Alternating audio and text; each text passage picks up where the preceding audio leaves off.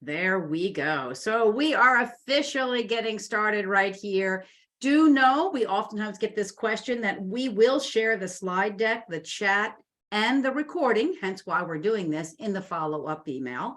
And I want a quick reminder and throw in chat, are you a CAE? Thinking about becoming a CAE? In either case, you will get one CAE credit, but I know we just had some fabulous folks that we celebrated last month who had just gotten their CAE. So good to know that you can get one credit. I believe we get 5 credits when you come to the workshop. Is that right, Sarah? She'll throw that in there. Finally, just know that we will send out a post-webinar survey, and we're always looking for what you want to hear about. So who's this we that I keep talking about? This we is the dynamic duo of Billhighway and Mariner. You have today with you the lovely Sarah from Billhighway and the lovely Peggy from Mariner. But we have been doing these, we've realized, for 5 years now. We've got an incredible archive of webinars, which you can access on the Billhighway and the Mariner sites. So just really want to thank you for joining us today on behalf of both Billhighway and Mariner. But one of the things that we always like to let you know is that in that post-webinar survey, if you would like to talk with either Billhighway or Mariner, maybe it's just a quick question, just go ahead and check that, and we'll be happy to make sure we come back around to you so that you can ask the questions about administrative support. You can ask the questions about training and other support. But what brings us here today? We really, both Sarah and I have both been reading James Clear's book, Atomic Habits. And it's really it's been very inspiring for me, and I know that it's been inspiring indeed for Sarah.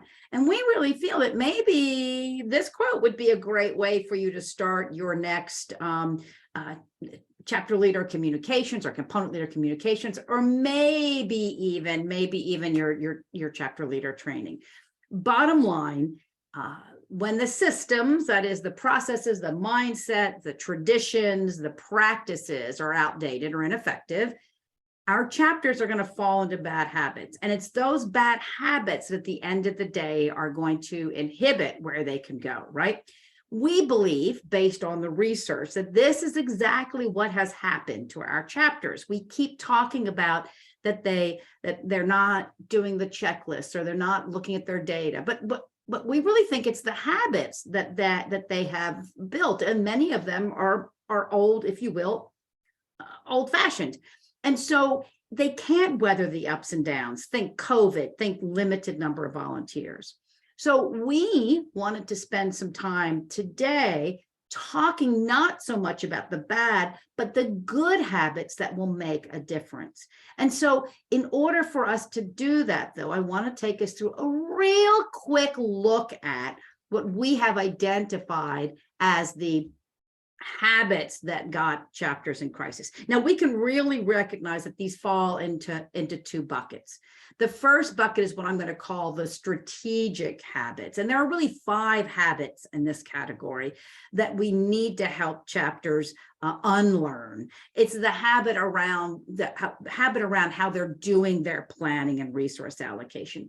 It's the habit around this idea of focusing on the here and now, and not really looking to see what's down the road. It's the habit that is truly a reliance on copy and paste. Now, these first 3 habits really locks in what I'm going to refer to as worn out events and activities, which do nothing to drive member engagement at that component level. But it's also this idea of an over-reliance on the same leaders and not having an effective volunteer development and leadership succession planning. These last 2 habits mean that they're taking shortcuts in some of the decision-making, shortcuts in some of the planning, shortcuts indeed in some of the admin policies and procedures. And it means that there are stale ideas. So I bet I could see some heads nodding if we were all on video. The second bucket are the more operational things that get them in the way. Now, Maybe you might say some of the ones we just talked about are operational, but these are truly operational. It's weak financial policies that they lean on, right? So now we're seeing financial mismanagement, we're seeing snagging in phishing and scams, but very, very importantly, we are seeing folks have compliance issues, right? Weak IT practices, which has we've heard stories and repeated those stories of the inability to recover critical data. So not understanding and not following and not having to follow good IT practices is problematic. And really it's the legal stuff is a mumble jumble. They just put it over here. They're not understanding their legal role, and they're not developing a habit of assuring that they're in full compliance. I think the biggest thing we see coming out of this are poorly written contracts that get them into trouble with, with requirements, with BE&O minimums and things like that, where they just don't quite understand what they put themselves into because their habit is not being able to understand the ramifications there. And finally, I think this one is really critical because what we saw, folks, not able to pivot as quickly coming out of the COVID. So it really stalled recovery from disasters. So what can we do? We could sit here and try to talk to our leaders about the bad habits. We could try to see if we could get them to unlearn them. I'm going to suggest probably the better thing for us to do is to say, how do we just help them build habits that are going to make a difference? Now, we, in our own minds, we sat down and we said, okay, if we want to help chapters replace or get rid of those unhealthy habits, what are the habits we want? What are the healthy habits we want on? So we have an incredible blog post that Sarah will go ahead and throw in the chat for you, which gives you some more detail. But I wanted us to focus on 6 of the habits so that we could spend a little bit of time today talking about how do we change the bad habits? How do we help them unlearn it by really focusing on helping them learn better habits? Yes, it's a combination of a word choice shift maybe, but it's also going to shift the focus of our training and our communications rather than focusing on this is what you did wrong, or this is what I need you to do. We're focusing on building them the muscles to be able to do the right thing. Yes, Anne, absolutely. That's exactly my point. I love it. Thank you. We want to replace a bad habit with a good one, right? So let's dive in and use the chat. We always say this, use the chat. First of all, you're going to get a copy of it. So when you throw in resources or pearls of wisdom or ideas, all of that's going to come back to you. So let's use the chat as yet another part of our learning process here in the webinar. And if you have examples of a chapter that does any of these habits, go ahead and throw that in there, or example of how you're supporting the habit, throw that in here so we can really help each other build these habits. Let's jump right in. Okay. So the first habit that I wanted to address is this notion that really comes from trying to do too much. And when we try to do too much, we're now asking our volunteers for more than they can give. It's a little bit of a chicken and an egg. Or I would say you sort of get on this wheel and then you're just running to try to keep up. The habit is for us to have our chapters embrace this idea of really right-sizing what they're trying to do, really right-sizing, right down to the leadership job description. So it's things like restructuring to embrace ad hoc volunteering, connecting with headquarters and saying, what do you have that's available? How do we leverage, collaborate rather than duplicate? How do we sunset activities that no longer serve us? So what's the process that we're constantly looking at and saying, what can we sunset, right? So it's really about helping them go through a different process, right from the top of how are we organizing ourselves, and are we organized to get the stuff done that we need to get done? I think that a huge part of this is us having to, again, develop this habit as opposed to reliance on checklists, because checklists are going to get us in the problem here, particularly with item number 1. So very specifically, what might be your action as a CRP? Your action could be to change that list of must-dos. But maybe there's also where you begin to say, how can I provide administrative services that take stuff off the shoulders or simplify their ability to make decisions, say, around sunsetting activities, that allow them to more intuitively reach out and leverage what's available. So the admin services could be, for example, and actually, you know what, before I give that example, let me go ahead and find out what support services you were already giving them. I'm going to go up here to my my thing. Hang on one second. I've got something in the way there. All right. There we go. Getting to my polls. I had to move some things out of the way. I want to launch this first poll because I think what I'm talking about here in terms of how you can help is the kinds of support services that help them right size. So here's just a whole bunch of list of types of support that people offer chapters. It actually is, it's also was asked in the benchmarking report, but I wanted just to get a sense from you, any of these items can really support developing a habit around right sizing the activities, whether it is something around this idea of the shared database, which gives you data on engagement and what really we need to do versus what we think we need to do. Website hosting, where it allows you to be able to co-market and really put out there in front where there are things that are duplicative versus things that are singular. I have to brag on NIGP.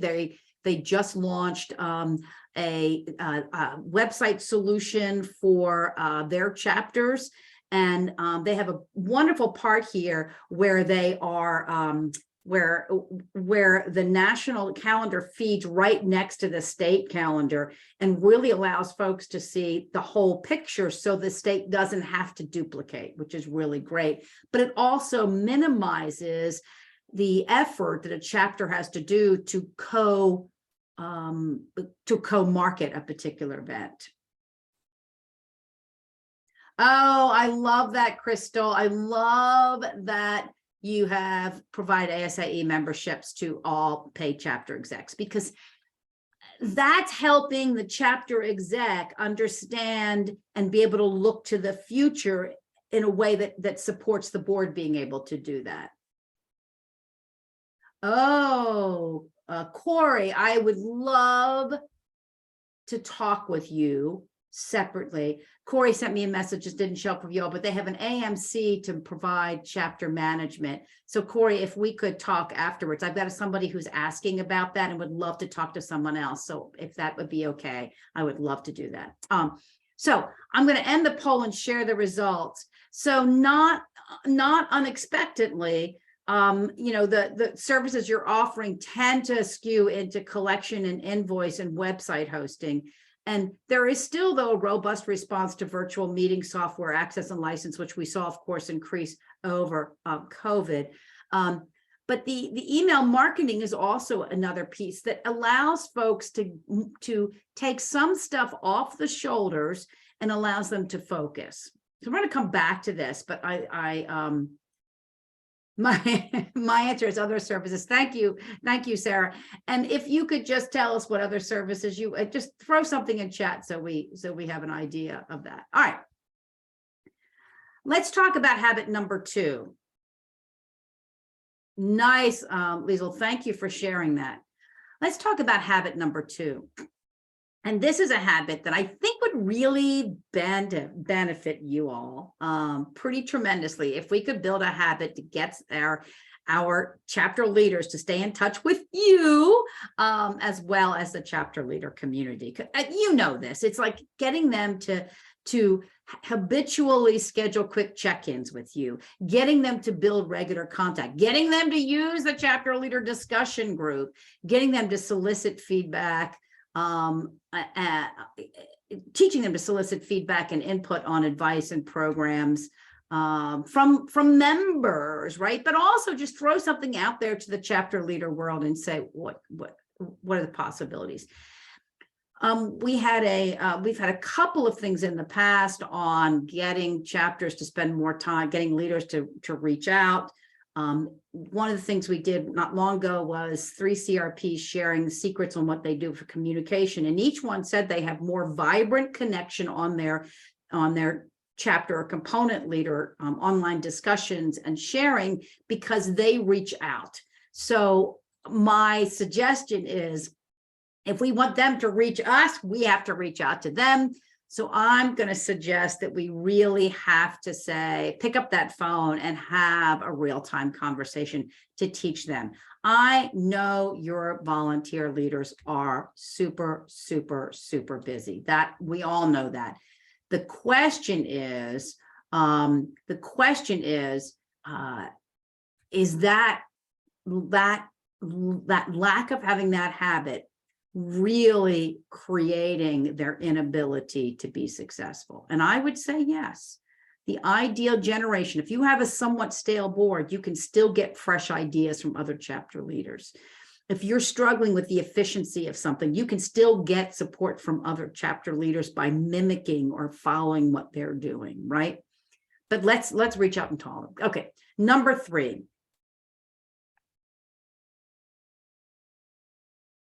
Number 3 is all about learning and playing by the rules. This is sort of a compound habit, right? Because one of the things that we're talking about is moving away from having to be nagged, and you all do a fabulous job with nagging, but move away from them being reactive to being proactive. And so this really means that they are keeping their own compliance checklist. One of the things that I had talked with when I was doing some chapter coaching last year for another organization, one of the things we would go through was, how are you staying up to date on what's happening in the chapter? And we would coach them. One of the habits we would coach them is on what are you doing to make your job easier? So you don't have to store everything up here, but you're able to be proactive. When we talked about, this whole idea of calendar reminders, and we built, for one, we built out just using Google, right? And Google Drive, and being able to put things on the calendar that were reminders, right? Back in the day, for another group that I managed, we just did a spreadsheet, and all of the dates, and on the spreadsheet, they filled into a master thing that highlighted, because you can put, you can use formatting. It would highlight upcoming dates. Whatever you're doing, we're talking about developing the habit of knowing what's coming down the road so you can be proactive. I think the other element, though, is understanding what training would be useful and necessary, and bookmarking easy tips to return to when you need a refresher. So building that habit, essentially building the habit of, I would call this reminders that trigger behaviors, right? Reminders that trigger behaviors. Yes. Oh, and I love this. I don't know if that's a sample that somehow you can show us, but that would be very cool to see that example.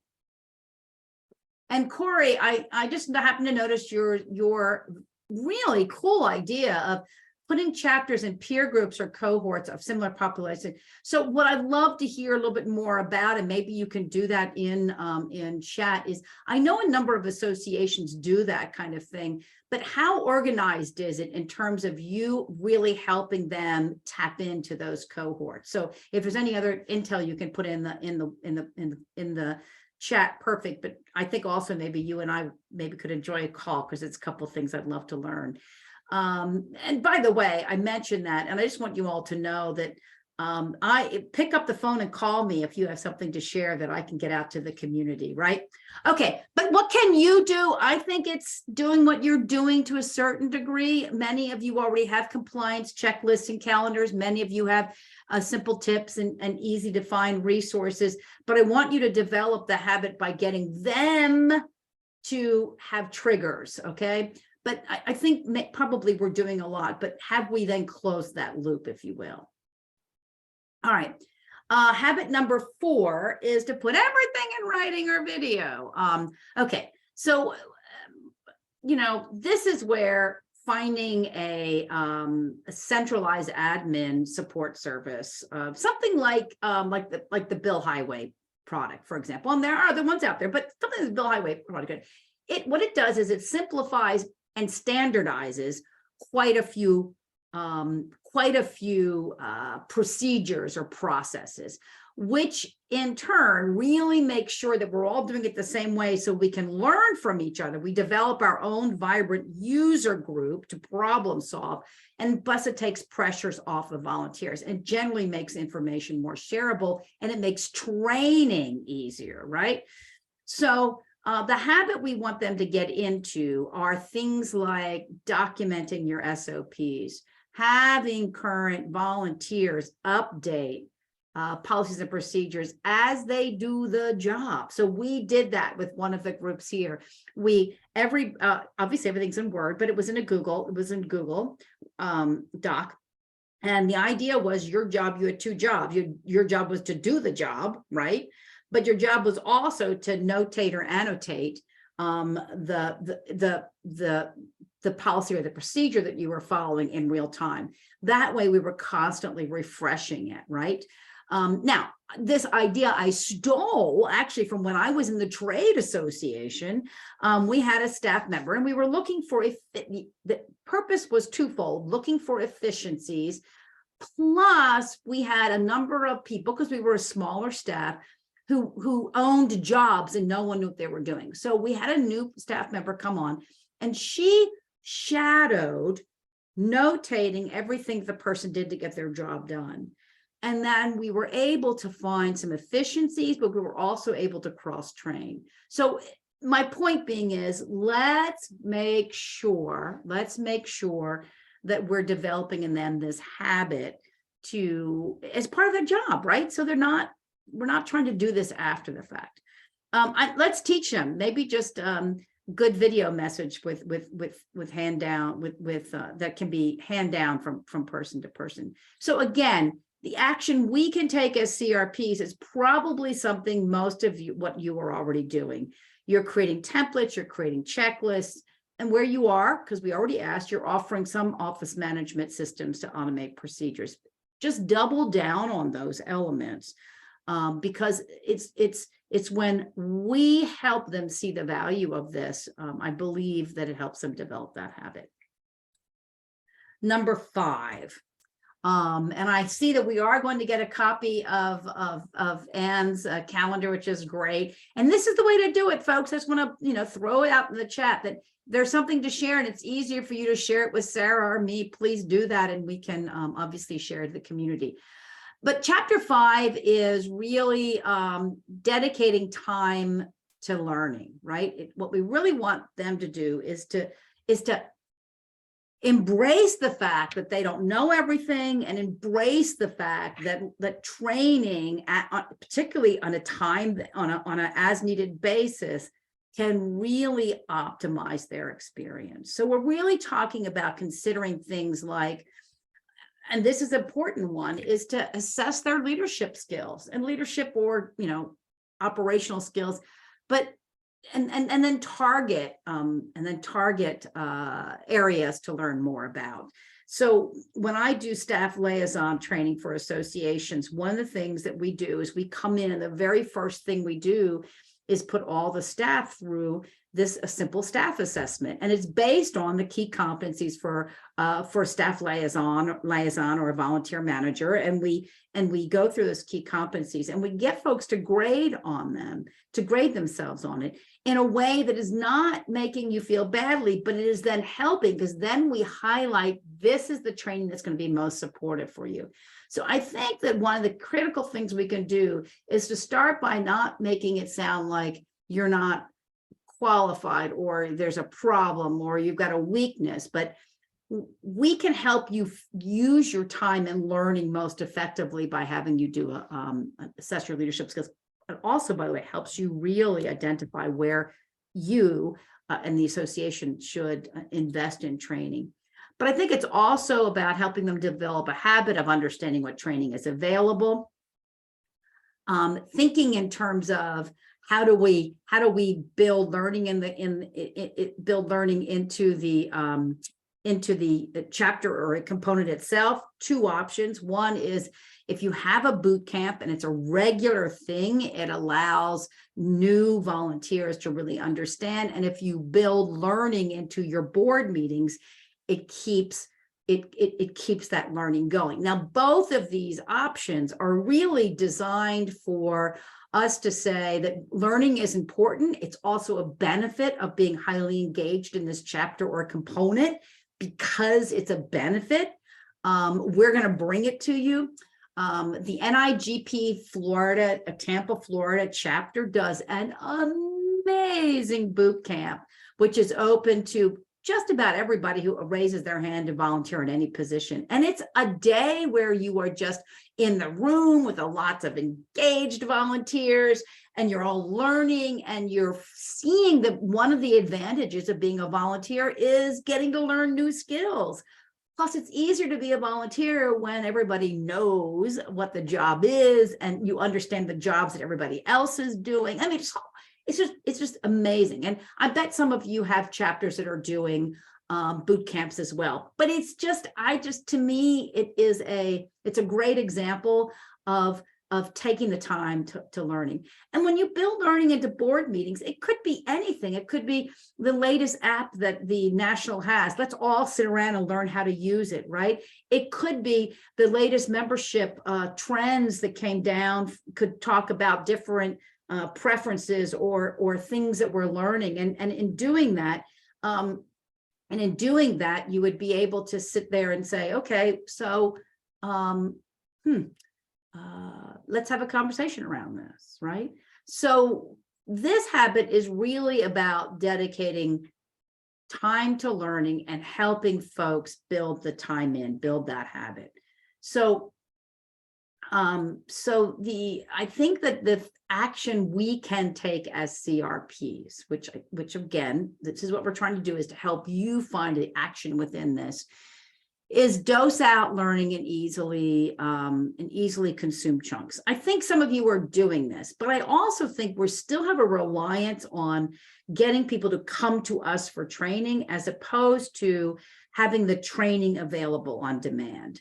Just talking actually with another CRP who was looking at, well, how can she develop some short videos? And we talked about some options around that. And the idea here was, when someone needs to know X, how can I make sure that that video or that, it's got to be more than a tip sheet, I think, but that, that piece of that training piece that gets me around the curve, around the learning curve so quickly. I think it's also expanding access to your leader development. How many of you, go ahead and put in chat, how many of you have leadership development for anybody who is volunteering at a chapter, as opposed to many times the leadership conference, for example, is open to president and president-elect, sometimes just to officers. I've seen it where you'll do webinars for membership chairs or education chairs. But do you do leadership training that is open to the broadest part of volunteering? Great. So far we're trending to the nose. So I'm seeing, I'm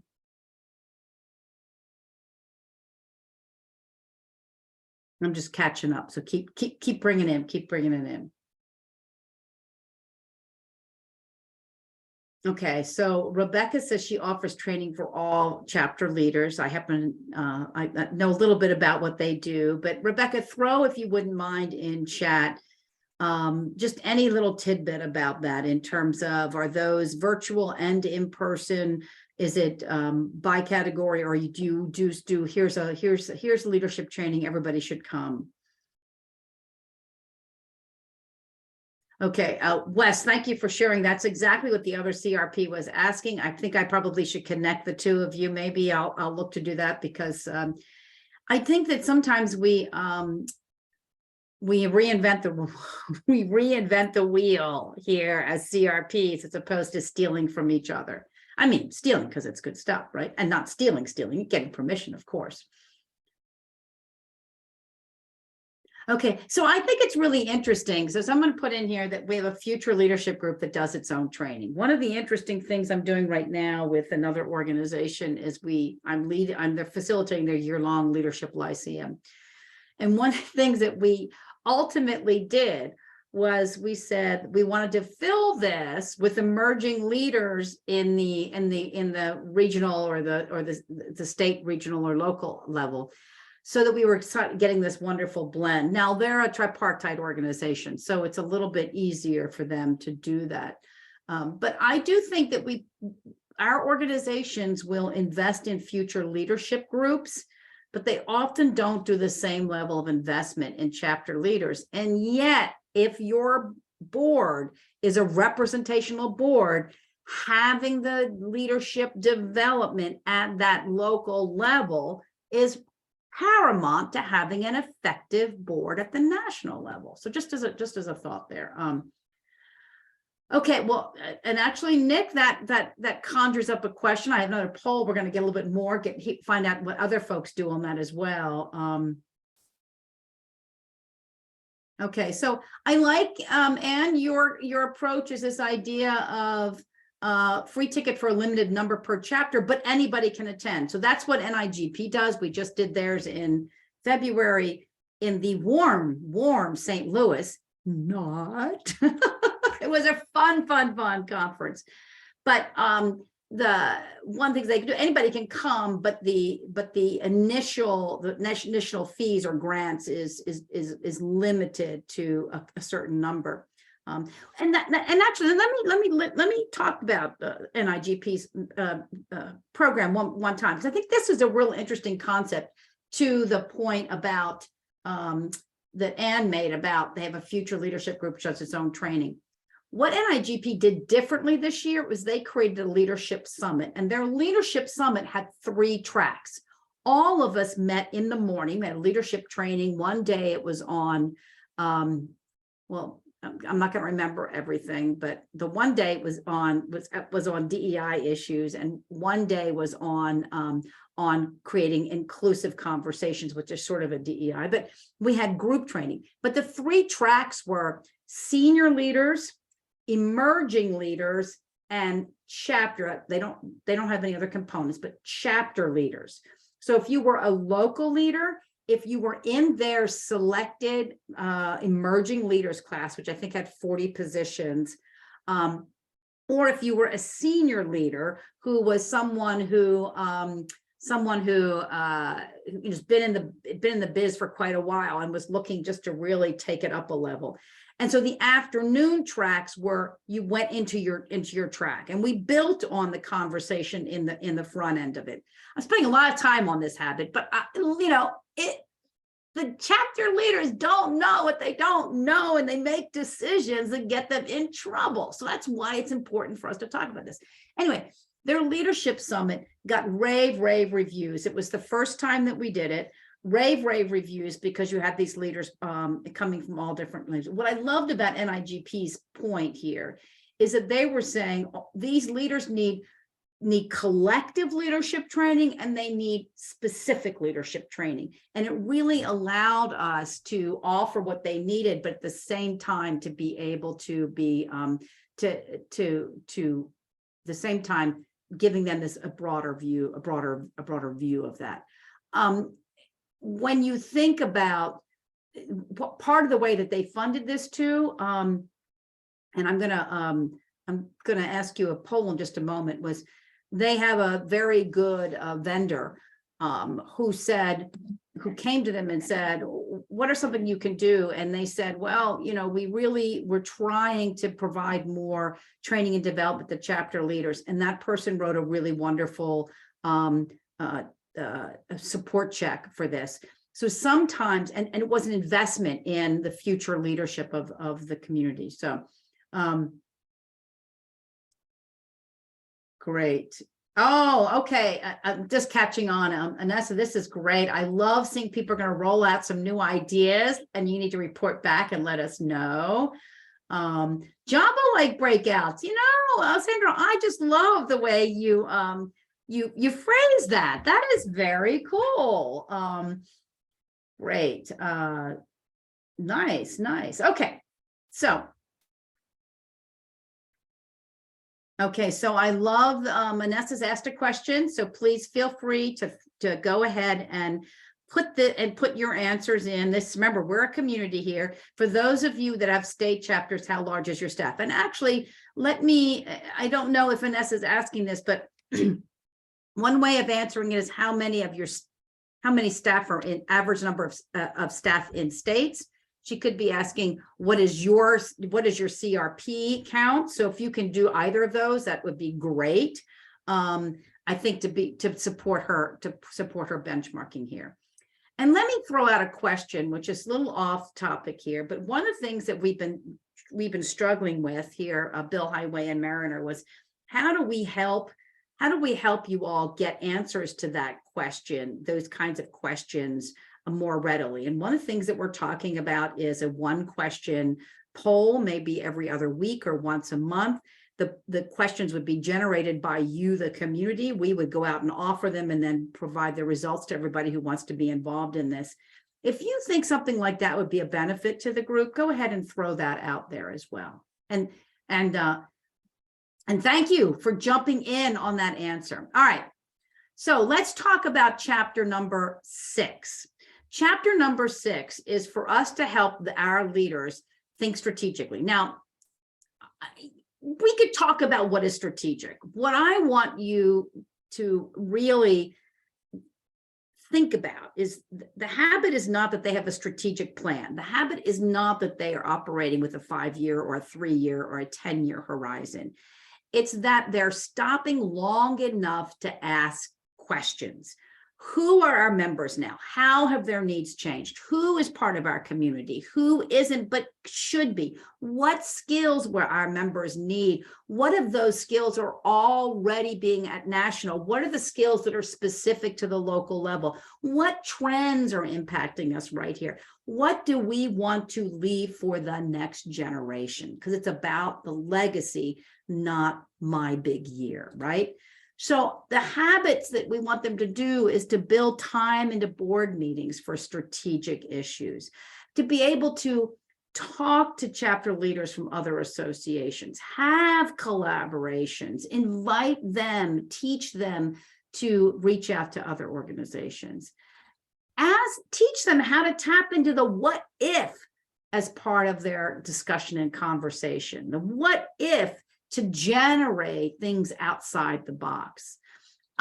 Encourage them to build their own futurist group of members. So the futurist group of members would be a group of people that they throw a question out to on email. So it's a great micro trip. Maybe it is a gathering once a quarter, but a group of members, not their leaders, but a group of members who they can listen to and talk to and have a conversation. It's a great micro opportunity, but also helps develop that habit, right?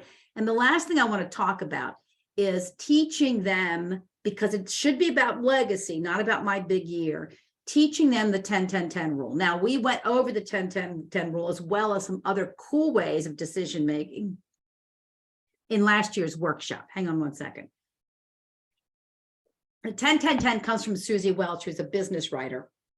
And she she said, before you make a decision, ask yourself, if I go this way, how will I feel in 10 minutes?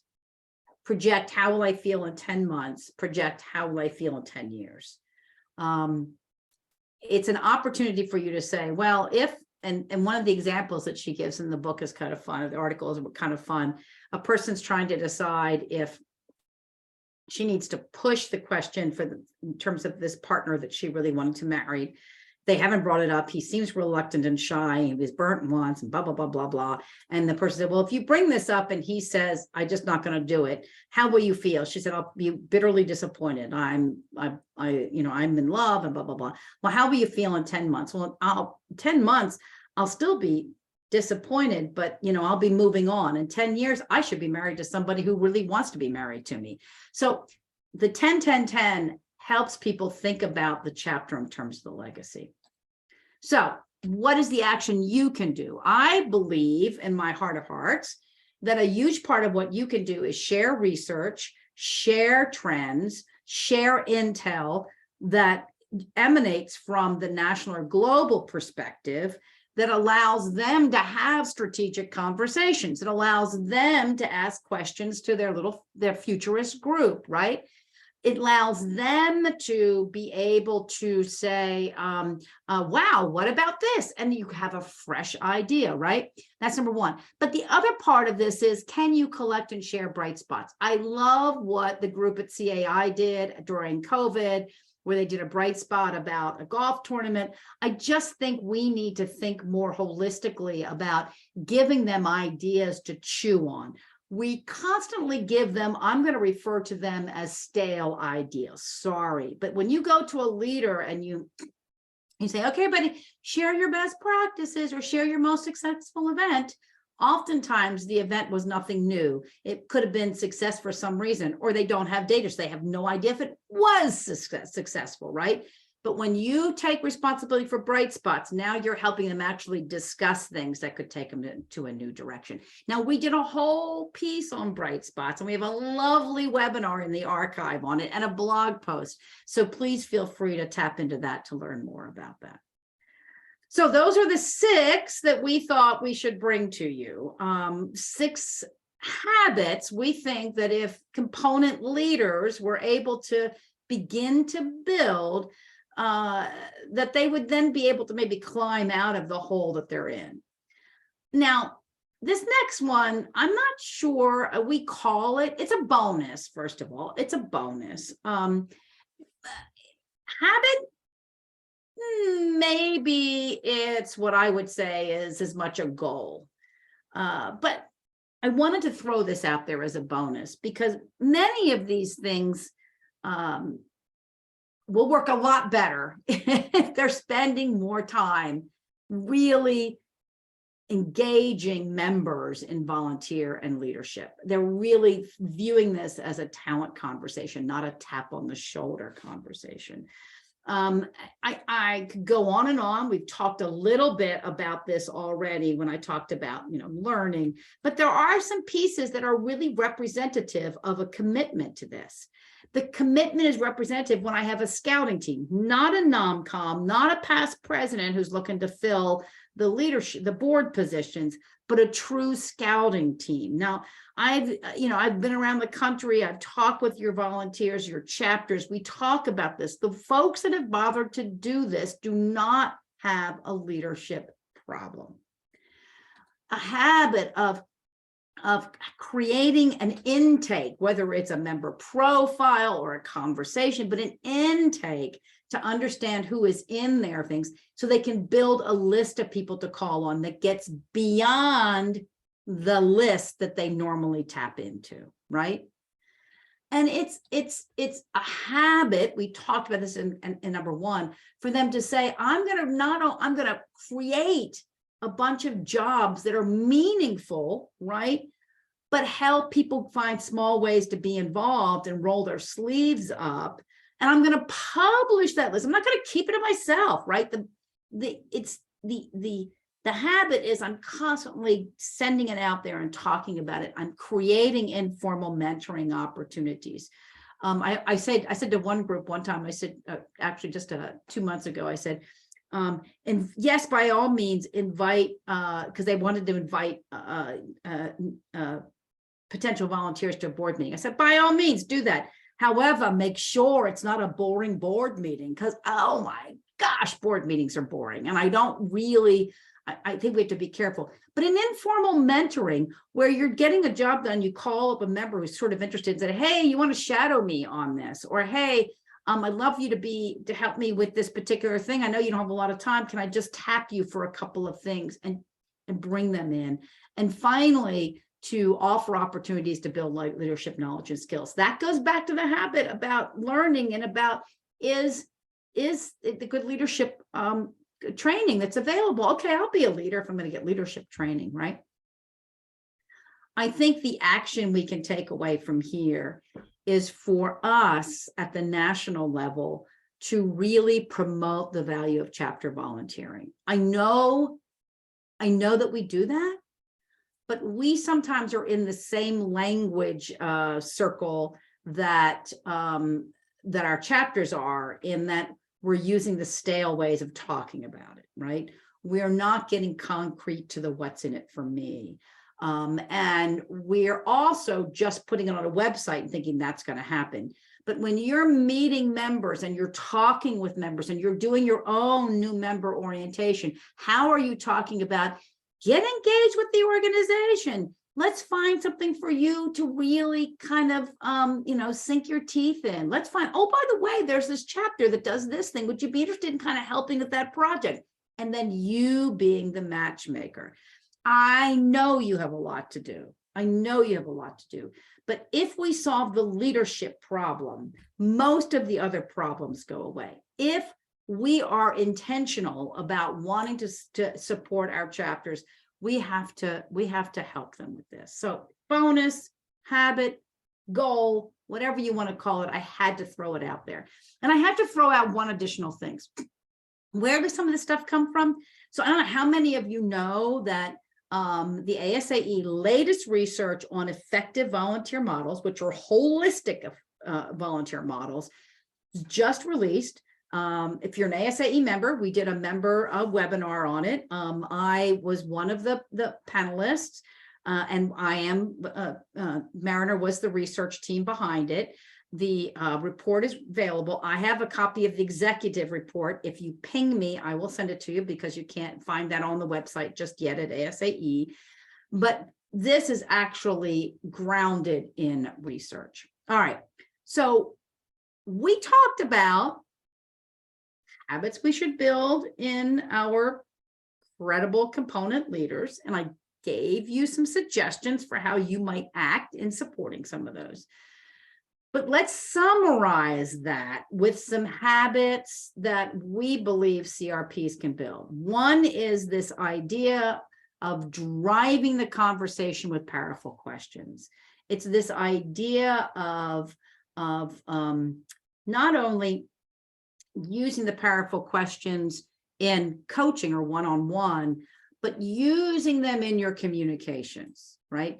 It's using being question driven as opposed to check off the list question. Thank you, folks. If you put your information in the chat, I will definitely get a copy to you. And way to go, Treslin and Dorothy, for getting us started on that. The second habit is make appointments. And I want you to look at scheduling one-on-one time. I understand that you're busy. I'd rather you do fewer of try to get all the chapters together and have I was going to say circle jerk. That's not really nice to say, is it? But have them just kind of run in circles, talk about the same things. I'd rather you use the time to do some one-on-one with chapter leaders. Many of us used to get out a lot, and now we don't get out as much, right? And so because we don't get out as much, I think we need to make these appointments, right? Oh, by the way, on that one particular thing, one of the things that somebody was telling me, they set up a team channel, and people can on the team channel can just ping her, and what she sends immediately is a Calendly, and they can schedule time with her. So just as a thought.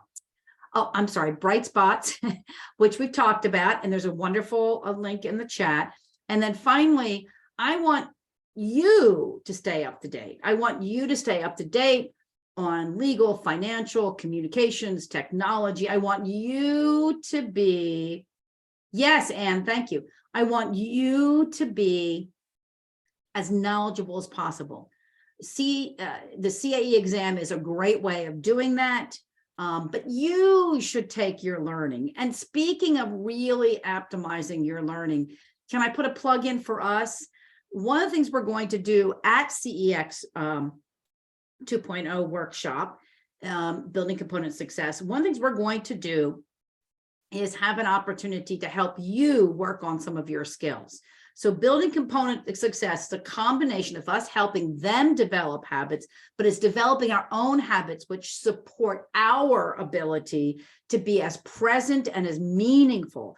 And so we put together, we used to have a full day conference, and this is sort of a full day, but it starts a little late and it ends with a sharing session. So if you needed to get back for some reason, you can carve out just the right amount of time. But by doing it this way and doing a smaller event, we can repeat it. So we will be in Washington, D.C. on April 18th.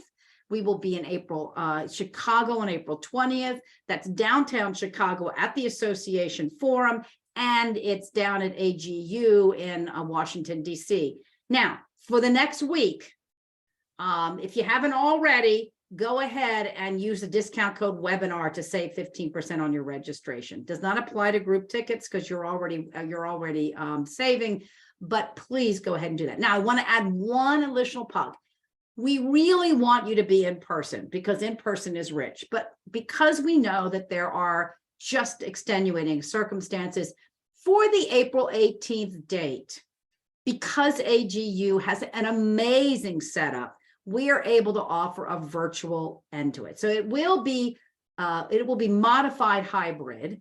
And so we have a number of virtual seats. And what'll happen is when we're doing table conversations, we're going to put you in breakout rooms, right? So you will be present. So that is an option for April 18th only, April 18th only. But I wanted to share that with you because I think it's really, I think we have to dedicate ourselves to our own learning. And so this is an opportunity, I believe, for you to do that. So I have one more poll for you. And this is a poll just to give you, oops, let me go back to here.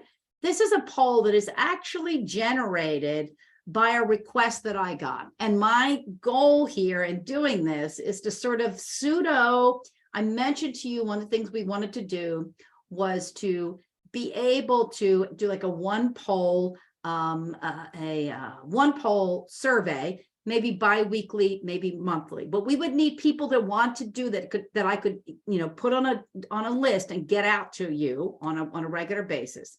And here is one of the questions that we would ask, because this was a question asked to me.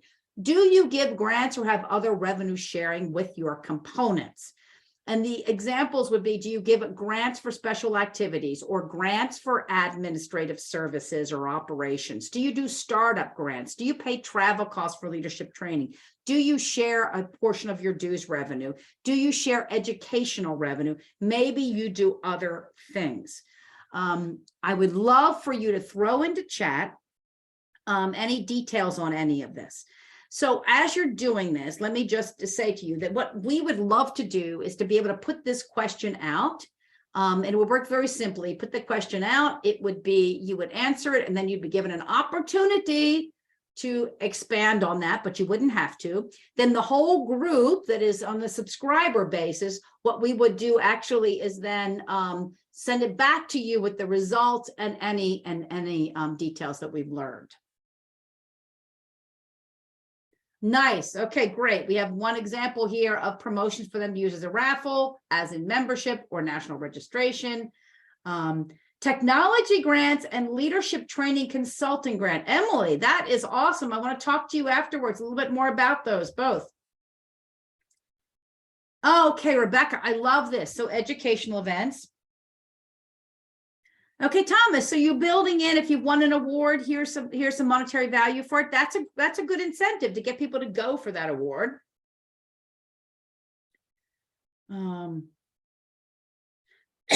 So I think Lisa puts in that staff are available to speak in person at no cost.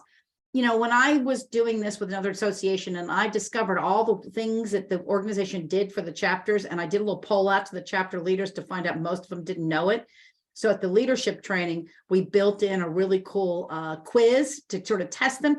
They were amazed at how much stuff they got for free, which has a cost to it, just like Liesel's example. And I think we need to help them do that, right?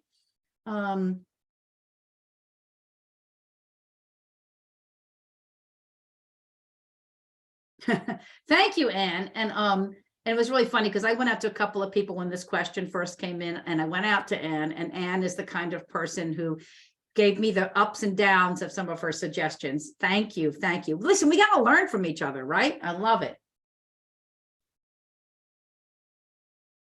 Yes, well, I think it is baffling when somebody who's been around for 20 years doesn't seem to know the basics, but I think they just go on autopilot, and what was in their mind at the time that they hit autopilot is exactly what they remember and nothing else. Okay, let me just go ahead and share the results. We've got, let me just also real quickly. Oops, sorry, there we go. So I love the fact that, you know, there's dues revenue sharing. That was kind of, I put that in there because I figured there'd be quite a few folks that would do that. But the grants for special activities, the grants for admin, the startup grants, the educational revenue and other stuff is really cool. So please please just go ahead and continue to throw that into chat so we can talk about it. So this is the kind of thing we would love to do for you. So I'm going to stop this sharing. Yes, I totally understand, and most of us are going to be bolting. So excellent, excellent. So let me just end our conversation today, thanking you on behalf of Billhighway and on behalf of Mariner, letting you know that we are super excited to be part of being able to really connect with you and to help you build the community. And we are here for questions, so please feel free at any time.